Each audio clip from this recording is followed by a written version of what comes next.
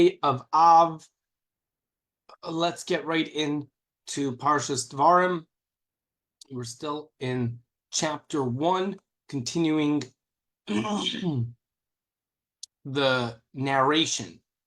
V'tapchem asher amartem, lovaz yiyeh uvnechem asher lo yadua hayom tov v'ra, hema yavoyu shama lahem etna v'hem Yerusha.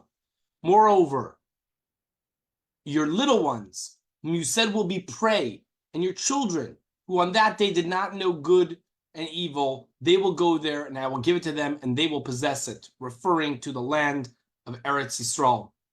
V'atem tnu lachem u'su'u hamidbara derech Yamsuf. But for you, you're going to turn around and journey into the desert by way of the Sea of Reeds, or by way of the Red Sea. Turn yourselves. I thought previously to let you pass through the breadth of the land of Edom northward to enter the land, but you sinned and caused delay for yourself. Turn yourself backwards and proceed through the desert towards the Red Sea, for the desert in which they were traveling was south of Mount Seir, separating the Red Sea from Mount Seir. Now turn in the direction of the sea, go around Mount Seir along its entire southern side from west to east. Vatanu, vataimru elai. Then you answered and you said to me, Chatanu laHashem, we have sinned against Hashem. Welcome. We have sinned against Hashem. Chatanu laHashem, anachnu na'ala v'nilchamnu. Let us go up and fight. Kichol asher tziva Hashem alekeinu, according to everything that Hashem has commanded us. V'tachguru ish es klei melchamtei v'tiyenu la'aloi sahara. So every one of you girded his weapons, and you prepared yourself to go up to the mountain. Vayemru Hashem elai, and Hashem said to me, Emor lahem, say to them, Loi sa'alu v'loi silachmu, don't go up, don't fight. Ki einenu b'kir bichem, because I am not amongst you. V'loi tinogfu lifnei avechem, and you will not struck down, and you will be struck down before your enemies. Loi ta'alu, don't go up. There will be no ascent up as in victory, but only a defeat, only a descent. Va'adaber aleichem, and I spoke to you. V'loi shemaitem, but you did not listen. V'tamru es pi Hashem v'tazidu v'ta'alu ha'ara, and you rebelled against the command of Hashem, and you acted wickedly, and you went up the mountain. V'yetze ha'amori, and the Amorites went out. Hayeshiv v'hara, who dwell on this mountain, likraschem, they came out towards you. V'yirdefu eschem kasher ta'asena hadvoirim, and they attacked you like bees. Vayiksu eschem b'seir ad charma, and they defeated you or beat you till Seir, and from in Seir till Charma, as bees do. What does that mean? Just as bees, Rashi, just as bees die instantly from stinging a person, they too, the Amorites, upon touching you, died immediately. So it was painful. They beat us down, but they also perished themselves. Vatashvu, so you returned. Vativku, and you wept lifnei Hashem, before Hashem. V'lo shama Hashem b'kolchem, Hashem did not hear your voice. V'lo yazin aleichem, and he didn't listen to you. But the Lord would not hear your voice, as if possible to say to God, you made his attribute of mercy as though it were cruel. And Hashem did not, the attribute of mercy did not come out at that time. Vateshu b'kadesh, you dwelled in Kadesh yam ramim kayam asher yashavtem, you dwelled in Kadesh many days as the days that dwelled. 19 years, Rashi says. As the days that you dwelled in other stations, they totaled 38 years. 19 of them were spent at Kadesh, and for 19 years they were continually wandering about. Excuse me. And for 19 years they were continually wandering about, and they returned to Kadesh, as it says, and he made them wander about in the desert. Thus I have found in Seder Olam. So many days over here refers to the 19 years they spent in Kadesh. All right, chapter number 2 in the book of Devarim. Vaynefel Vaynisa. Then we returned and we journeyed Hamidbara in the desert, Derech Yamsuf by way of the Red Sea. Kasher Dibra Hashem, as Hashem said, Kasher Dibra Hashem Elai, as Hashem spoke to me. Vanosav as Har Seir Yamim Rabim, and we encircled Mount Seir for many days. Rashi, had they not sinned, they would have passed by way of Mount Seir to enter the land from its southern end to its northern end. But because they sinned, it was decreed upon them that they remain in the desert. So they turned towards the desert, which is between the Red Sea and the southern side of Mount Seir, and they travel along its south side from the west to the east by way of the Red Sea, by the route they used when they went out of Egypt, which is the southernwest corner. From there, they traveled towards the east. And we circled Mount Seir, the whole south side, as far as the land of Moab.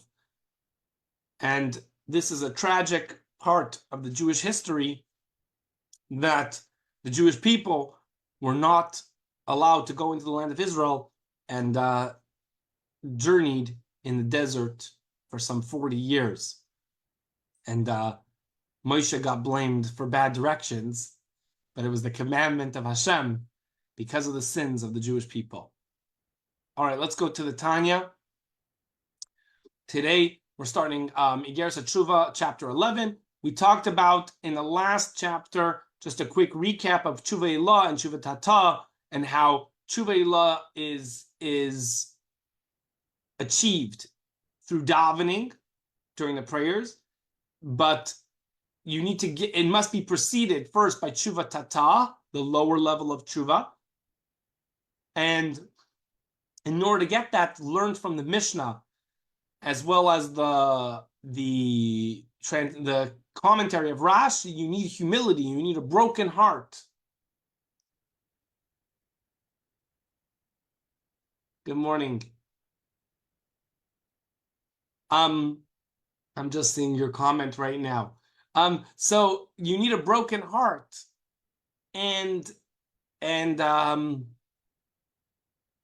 in order to, you need a broken heart. But on the other hand, we had talked about that you need joy, that davening is done with joy. So the Alter Rebbe said, like a little workaround, you can do the broken heart at Tikkun Chatzos, the prayer that's at the midnight, the night before, and then you'll be ready for joy.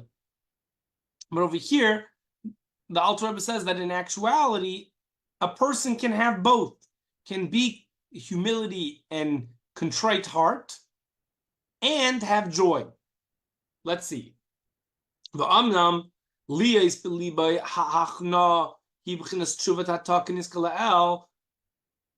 subject of simultaneously harboring contrite humility in the heart, that's Tshuva Tata. And also to have the joy in Hashem and have both of them at the same time. This has already been discussed in Likutei Amarim at the end of chapter 34 of how it can be done. Let's look at this note right over here. The Alter Rebbe explained there that these two emotions are not mutually exclusive, since one's contriteness is occasioned by his body and animal soul, while his joy stems from his divine soul and the godly spark that it houses. Having two distinct causes, the two emotions can lodge together. The Alter Rebbe now goes on to quote the Zohar to this effect. So it is possible to have both joy and have contrite heart. Chedva tekiya b'libai desitrada. Weeping is lodged in one side of the heart, and joy is lodged in the other side of my heart.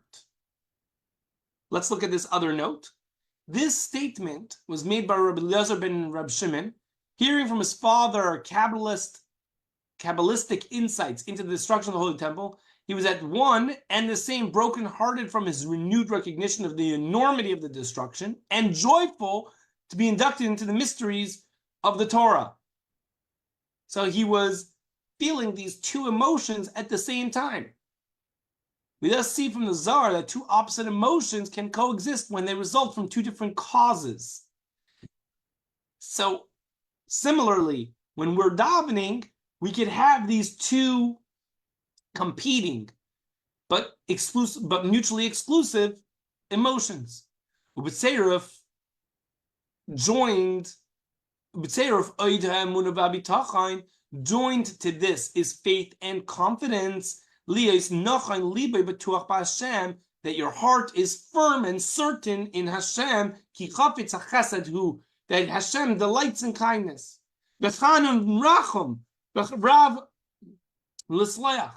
And He is gracious and merciful and forgiving.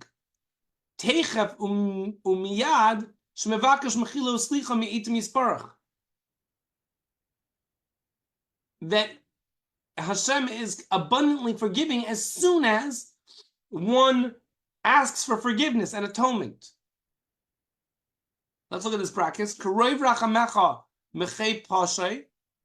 As is written, in accordance with your abounding compassion, erase my transgressions.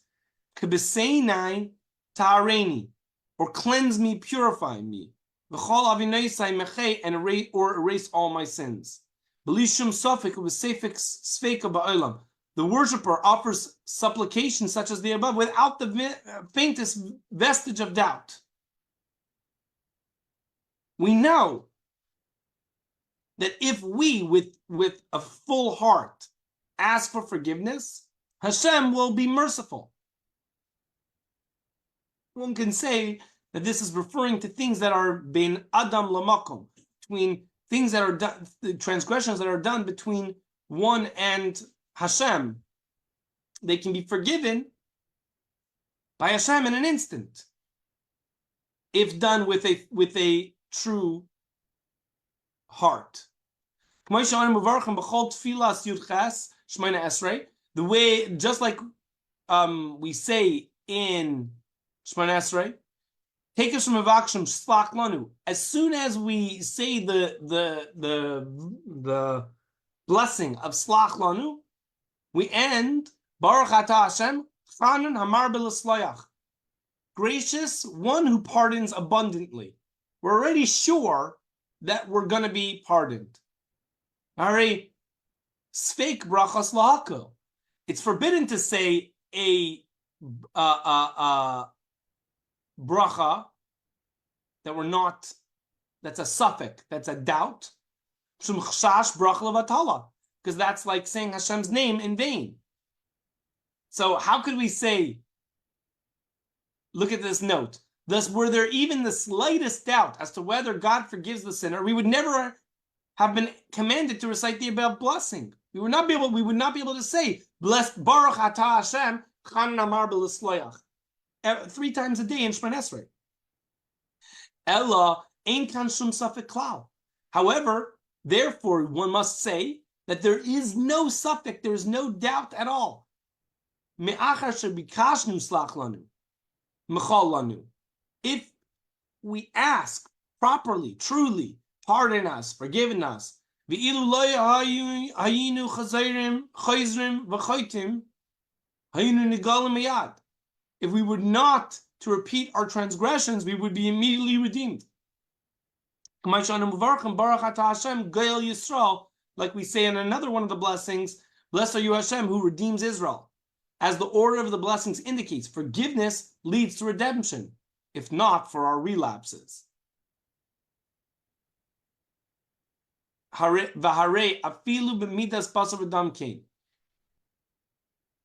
Even by human standards, this certainty of pardon is legitimate. Because a person should forgive as soon as one's asked for forgiveness. And don't be cruel and withhold forgiveness. Even if one were to cut off his hand. As we find in the Gemara at the end of chapter 8 of Baba Kama,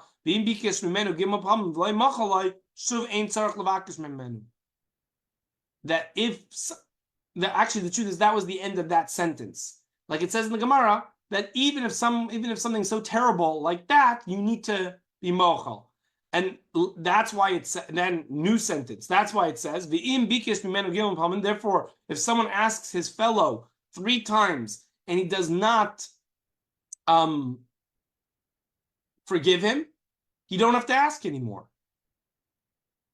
because that's it.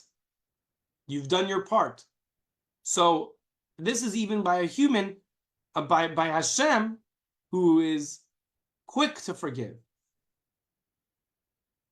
When we ask with a full heart, Hashem forgives. When